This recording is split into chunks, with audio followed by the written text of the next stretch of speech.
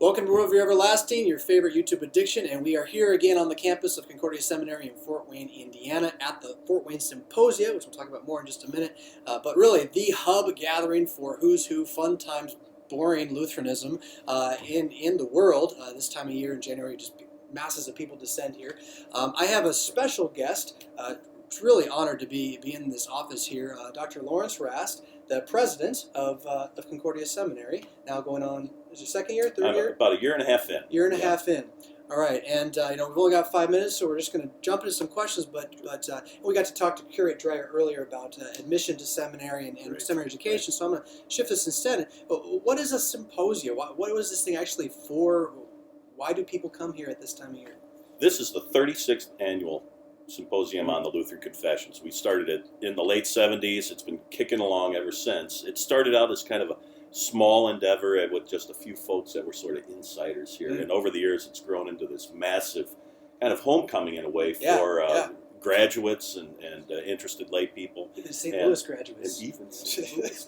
But, which is great. So we're thrilled when everybody comes in and we get together and we have a lot of papers. I just gave an excellent paper on something. I don't even remember what it was now, but it was really quite good.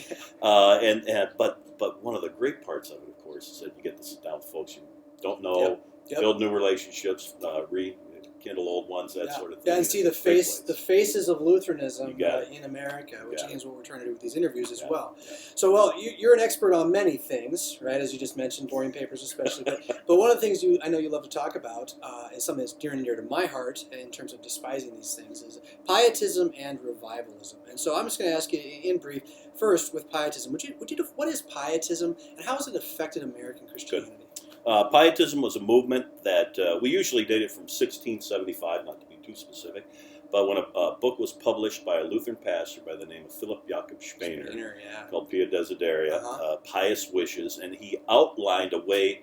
Well, first off he said, is the church in good shape? Answer, no.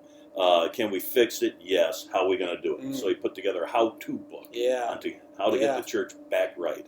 And many of the things that he said were good things. Study the Bible more, be more serious in your church attendance, all that kind of thing. But what he intended to, or the manner in which he carried it off, was to use the law as a way of getting people, forcing people to behave themselves. Having begun with the Spirit, let's finish with the law. Yeah, exactly. So it ended up doing what the law always does. That is, either absolutely crushing people and leading them into despair, which is what it's supposed to do, or, and this is the bad side of Pietism, it led folks to think, you know what? I've done that. I've made it. I'm the guy.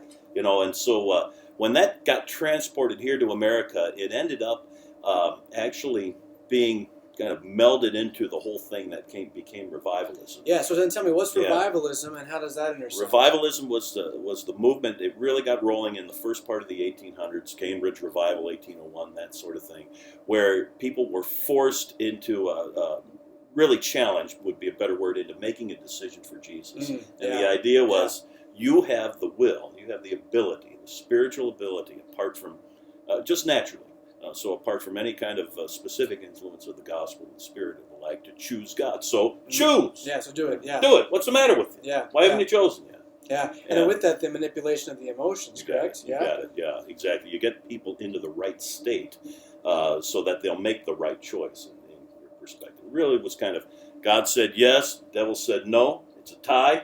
You got to break it. So now you would say that those two things, but I would say, maybe you would agree, those two things are probably the most important influences on the current state of the American churches. Absolutely. That those define who we are contextually. Now, well, we could talk a lot about that, but a phrase that I know you've said before, a phrase that I believe is true, is that Pietism is in the adverbs. If you're looking to try to discern Pietism, if you're hearing it somewhere, the adverbs are what will tell you if it's there.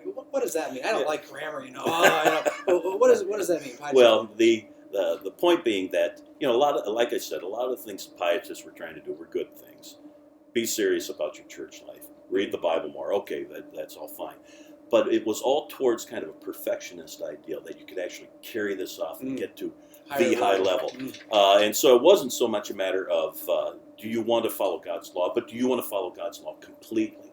Are you going to achieve a complete victory over sin in your life? And the assumption was, in many ways, you could. So, of course, we want to resist sin and do the will of God in our life, but the idea that I could, by virtue of keeping the law, achieve a complete victory over sin.